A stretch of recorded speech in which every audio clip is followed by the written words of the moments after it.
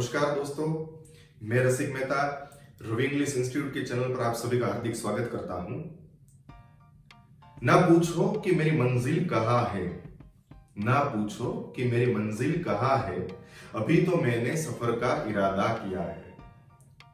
ना हारूंगा उम्र भर, ना हारूंगा उम्र भर, ये मैंने किसी और से नहीं खुद से वादा किया है, खुद से वादा किया है।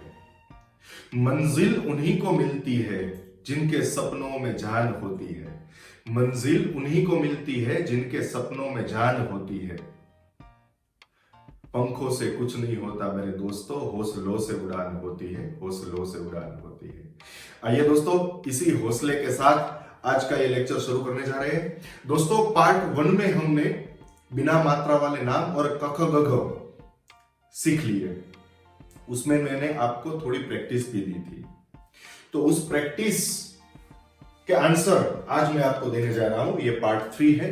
पार्ट 2 में मैंने पूरी 12 खड़ी और उसमें जो स्वर आते हैं अ आ ई, छोटी वाली ई, बड़ी वाली ई, तो जो स्वर आते हैं उसका भी वर्णन उसमें किया गया है और बहुत ही बखूबी अच्छी तरह से दोस्तों मैंने वो समझाया है। तो पार्ट 2 भी देख लीजिएगा, जिससे आपको नाम लिखने में दिक्कत नहीं होगी। और अभी हम प्रैक्टिस के जो आंसर है पार्ट 1 के आंसर में देने जा रहा हूं, आपको सिखाने जा रहा हूं। देखिए दोस्तों, यह है बिना मात्रा के नाम। आइए शुरू करते हैं।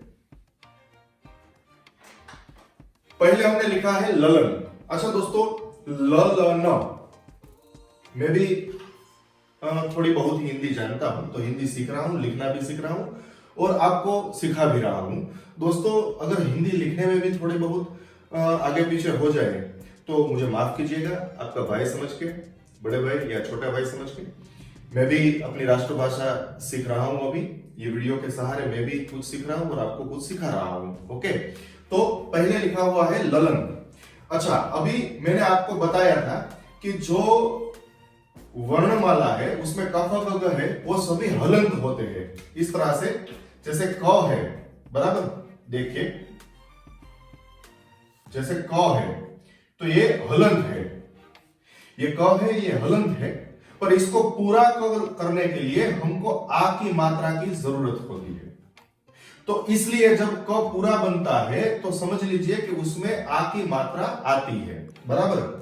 तो जैसे क है वो हलंत है, इसके लिए हम सिर्फ लिखते हैं के, पर पूरा क बोलिएगा आप जब, तब आपका जो प्रोनाउंस है वो आप पूरा सुनिएगा, तो उसमें आ की मात्रा भी आपको सुनाई देगी। क, इट मींस अ। तो इस हिसाब से क के बाद हमको ए लगाना पड़ेगा, बराबर। तो इस हिसाब से अभी ललन लिखते हैं तो एल कैपिटल आएगा। पहले 2 रूल आप जान लीजिए दोस्तों, कि कोई भी किसी भी व्यक्ति का नाम होगा, जैसे कि आपका नाम है, मेरा नाम है, किसी लड़कियों के नाम होंगे, तो कोई भी जो नाम है किसी लड़कियों व्यक्तियों के नाम या फिर सिटी शहरों के नाम या फिर देश के नाम या फिर गांव के नाम, जो नाम है उसका फर्स्ट लेटर आएगा ना, वो कैपिटल ही आएगा। तो ये रूल आपको अच्छी तरह से समझ लेना है। और दूसरा कि जब आप सेंटेंस की शुरुआत करते हैं, जब आप पूरा वाक्य लिखने जा रहे हो, उसका भी फर्स्ट लेटर कैपिटल आता है। नो डाउट लास्ट में फुल स्टॉप वगैरह विराम चिन्हों की हम माहिती आगे लेंगे, वो भी मैं आपको सिखाऊंगा, वो इंफॉर्मेशन भी आपको दूंगा। फिलहाल आगे बढ़ते हुए, ल के लिए एल कैपिटल, उसके बाद स्मॉल लेटर, सभी दूसरी एबीसीडी है उसके लेटर्स हम यहां पर लगाएंगे, ल, और उसके बाद आखिर में देखिए आप जो न बोल रहे हैं वो हलंत है, वो पूरा नहीं बोला जा रहा है। आप देखिए, सुनिए, ल न को हम छोड़ देते हैं, जब बोलते हैं उसका प्रोनाउंसिएशन करते हैं तो उसको छोड़ देते हैं, तो ल न। और यहां पर ये देखिए सीधी खड़ी रेखा नहीं है, ये डंडा बाजू में नहीं है, इसलिए हमने यहां पर ए नहीं लगाया दोस्तों, बराबर। आगे बढ़ते हैं, बवन, तो बी कैपिटल आएगा, ब पूरा बोला आप प्रोनाउंसिएशन कीजिए, आपको पता चल जाएगा। ब दोनों बार हम अ का आ की मात्रा का उच्चारण कर रहे हैं, यानी बी ए। उसके बाद जो न है वो हलंत है, एम आ जाएगा। बराबर, लास्ट लेटर जिसमें भी लास्ट लेटर है वो हलंत है, इस हिसाब से हमें ए नहीं लगाना है। अगर ए लगाना है तो पहले यहां पर सीधी खड़ी रेखा आएगी, यानी कि डंडा आएगा। उसको आ की मात्रा हम जो बोलते हैं, जैसे कि यहां पर आ की मात्रा है तो ही के ए बनेगा। जो लास्ट लेटर है उसकी बात हो रही है दोस्तों, जानिएगा, समझिएगा। जनक, देखिए जनक, तो ज के लिए जे लगेगा, capital J A N A. उसके बाद क के लिए के। अपने आंसर टैली करते जाइए दोस्तों और समझते जाइए। तपन, टी कैपिटल आएगा, T A P A N, Tapan. Okay, उसके बाद नटवर, देखिए मैं यहां पर जो 3-4 शब्द ऐसे दिए गए हैं, वो शब्द देने का जो मेरा आशय है वो यही है कि उसमें जब कोई शब्द 2 शब्दों से बनता है या फिर बड़ा शब्द होता है जिसमें डबल मीनिंग होते हैं, तो उसको कैसे लिखे जाए। देखिए नटवर लिखा है तो नट और वर ये 2 शब्द है और एक शब्द बना है, तो इसलिए नट के लिए यह यहां से निकाल देते हैं दोस्तों। देखिए न NAT, उसके बाद ए नहीं लगेगा क्योंकि नट शब्द है वो पहला शब्द है। नट जब हम बोलते हैं तो ट है ना, वो पूरा नहीं प्रोनाउंस होता है, तो नट, उसके बाद वर VAR, तो NATVAR, नटवर। अगर आप यहां पर ए लगा देंगे तो वो बन जाएगा नटावर, ये बन जाएगा नटावर। ये ए नहीं लगाना है दोस्तों, इसके पीछे भी ए नहीं लगेगा, वरना वो बन जाएगा नटावरा, तो ये पीछे भी ए नहीं आएगा, नटवर। ओके, बहुत ही आसानी से हम पढ़ते हैं और आगे समझते जाते हैं। ये लिखा है छगन। आगे मैंने आपको समझाया था कि जब च आता है दोस्तों, च, तो च के लिए CH आता है, हलंत होता है इसलिए CH, और पूरा च लगेगा तो CHA आता है। पर अभी यहां पर दोस्तों छ है, छगन है, तो उसमें लगेगा C, उसके बाद डबल H लगेगा दोस्तों, छ ग न। देखिए यहां पर कई सारे बच्चे, कई लोग यहां पर कंफ्यूज हो जाते हैं कि इसमें CH आएगा या क्या आएगा। तो आप ये समझ लीजिए कि च के लिए आपको लगाना है CH और छ के लिए आपको लगाना है CHH। ओके, ये जो छ है उसके लिए लगाना है CHHA, पूरा छ के लिए। तो छगन बन गया CHHAGAN, ये बन गया छगन। उसके बाद चमन, देखिए च के लिए अभी हमने यहां पर सीखा कि CHA आएगा, च पूरा बोला जा रहा है इसलिए CHA। म ऐसे बोलते हैं तो MA। उसके बाद न है वो हलंत है, च म न, बराबर, चमना नहीं है दोस्तों। उसके बाद टमटम है तो टम, देखिए टम टम टम ऐसे नहीं बोलते, टम टम, तो टम TAM, उसके बाद दूसरा टम TAM, बराबर।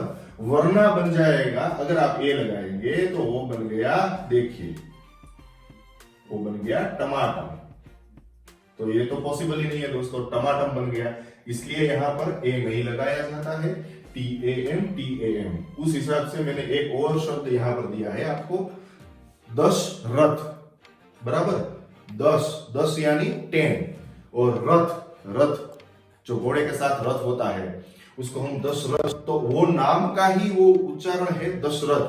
तो इसका जो मीनिंग है वो क्या है, हर एक नाम के पीछे कोई मीनिंग रहता है दोस्तों, कोई ऐसा अर्थ रहता है, जो शब्द है वो अर्थ सबर हो जाता है, बहुत ही बढ़िया हो जाता है।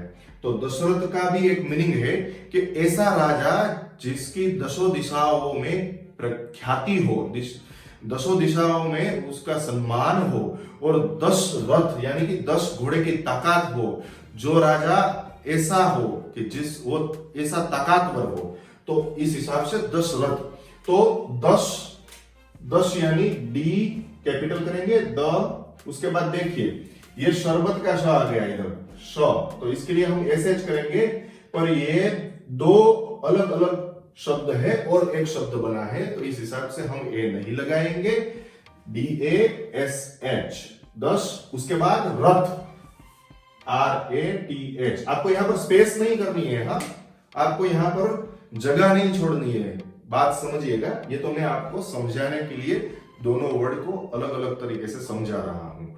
ये एक ही शब्द है लेकिन दो शब्दों से बना हुआ एक शब्द है। ओके, तो दशरथ DASH RATH। ओके, उसके बाद देखिए इस टाइप का सेम शब्द है अकबर, तो ए कैपिटल आएगा दोस्तों, अक, देखिए अकबर ऐसे नहीं बोलते हैं, अकबर, अक, ये एकदम हलंत हो जाता है, अक, उसके बाद बर लगेगा, तो ब पूरा है इसलिए BAR, अकबर। ओके, उसके बाद अकरम, तो यहां पर भी ऐसे ही आएगा सेम, अकरम।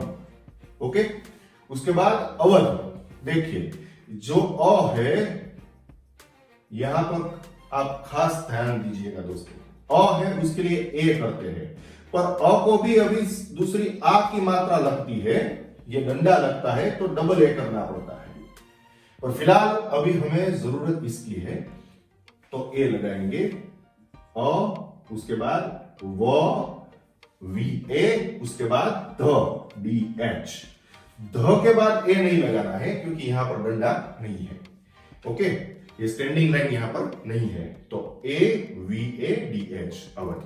ये हो गए आपके आंसर। और दोस्तों थोड़ी प्रैक्टिस और भी देना चाहूंगा, आइए। तो आइए दोस्तों, अब हम सीखने जा रहे हैं आ की मात्रा वाले शब्द। जिस शब्द में आ की मात्रा लगेगी यानी कि ये डंडा लगेगा, बराबर।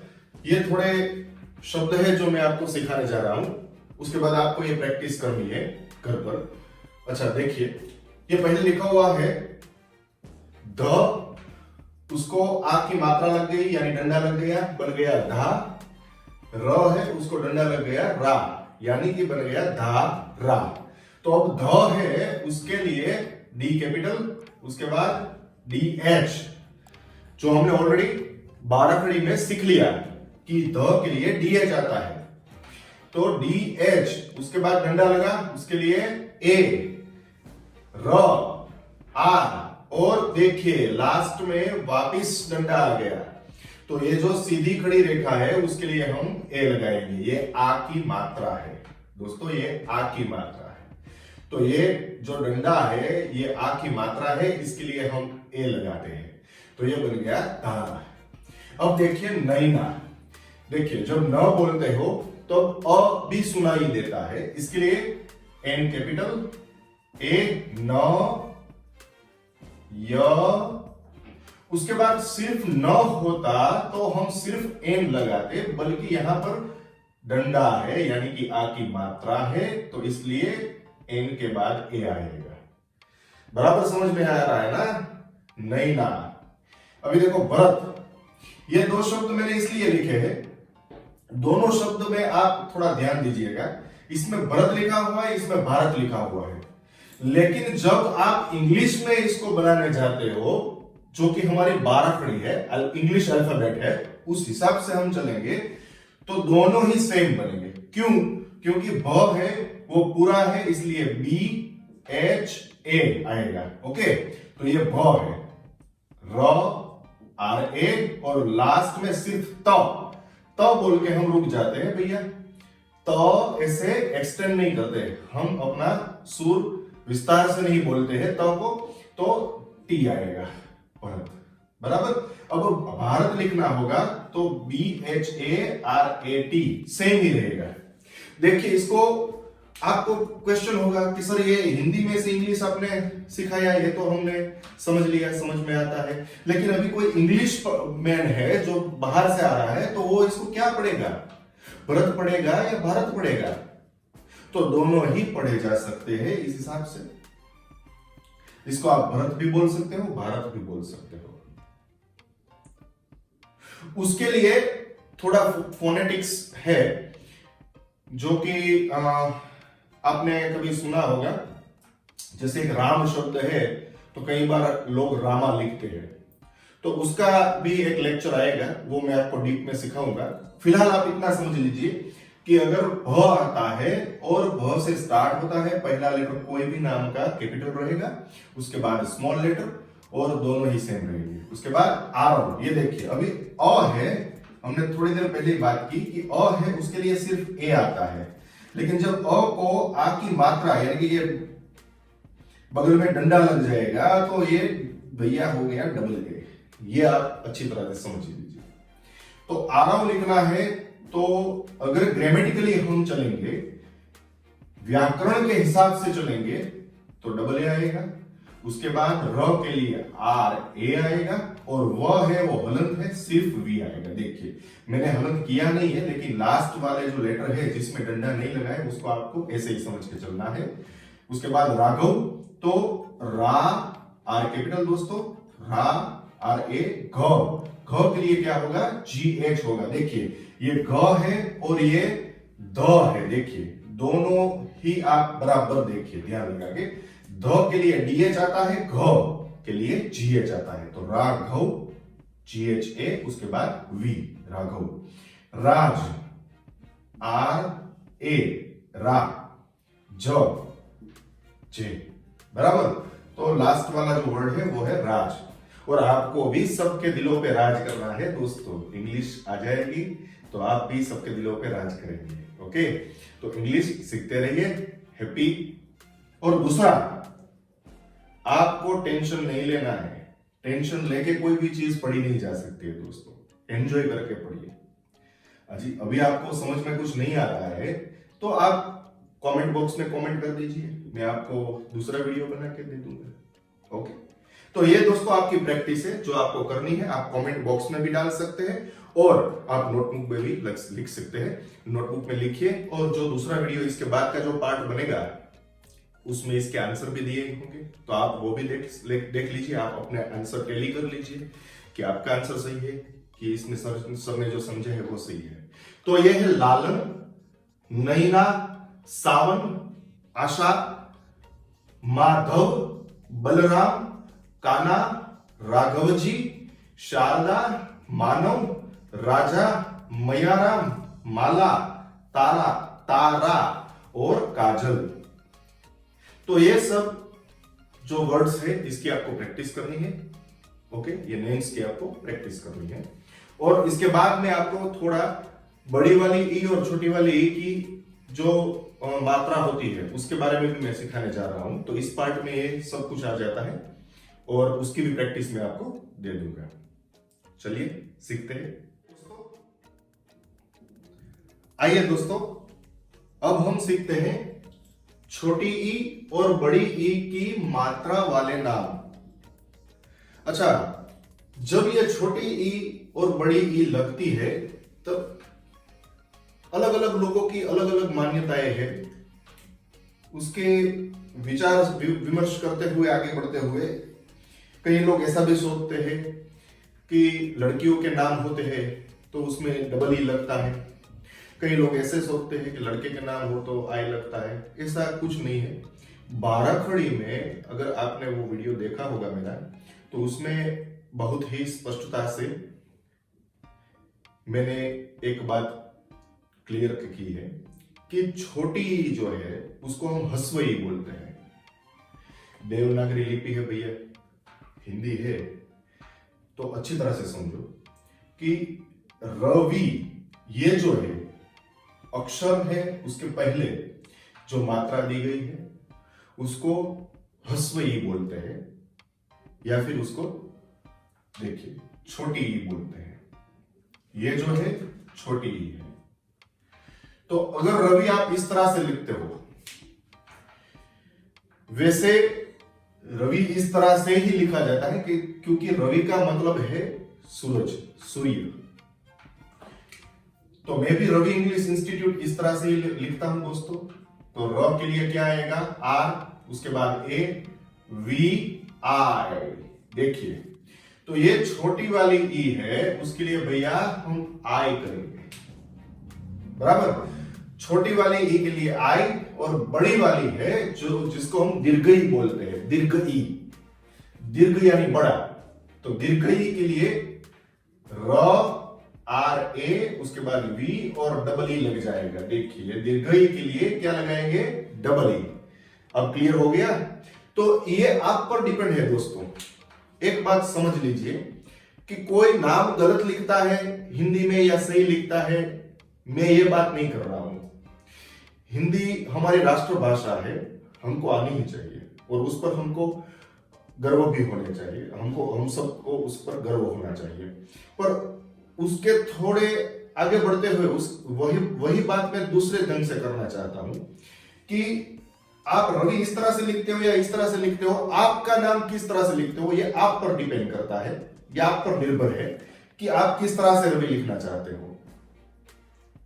वैसे लिखा जाएगा इसी स्टाइल से, सही ये है, लेकिन कोई इस स्टाइल से लिखेगा तो उसमें डबल ई लगेगा। तो इन शॉर्ट मैं आपको यही बताना चाहता हूं कि अगर छोटी वाली ई आएगी तो आप आई लगाएंगे, बड़ी वाली ई आएगी तो डबल ई लगाएंगे। बाकी जो हमारा रूल है, जो आ की मात्रा लग रही है वहां पर हम ए लगा रहे हैं, वो सब ऐसे ही सेम चलता रहेगा, उसमें कोई डिस्टर्बेंस नहीं होगा। जैसे कि हमने रवीना लिखना है तो र बोलते हैं तब हमको आ की मात्रा सुनाई देती है, इसलिए आर ए आएगा। देखिए, वी है, उसके लिए आपको डबल ई लगाना पड़ेगा, वी के बाद डबल ई, क्योंकि ये बड़ी ई की मात्रा है।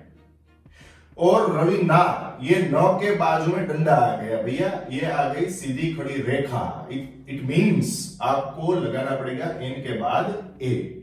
ओके, तो ये बन गया रवीना। तो इस हिसाब से आपको सारे नाम की ये प्रैक्टिस दी गई है, आपको करनी है। आप कमेंट बॉक्स में भी डाल सकते हैं या फिर आप अपनी नोटबुक में भी प्रैक्टिस कर सकते हैं। दोस्तों, अगर ये वीडियो आपको पसंद आए तो प्लीज प्लीज प्लीज सबके साथ शेयर कीजिएगा, लाइक करिएगा, कमेंट भी दीजिएगा।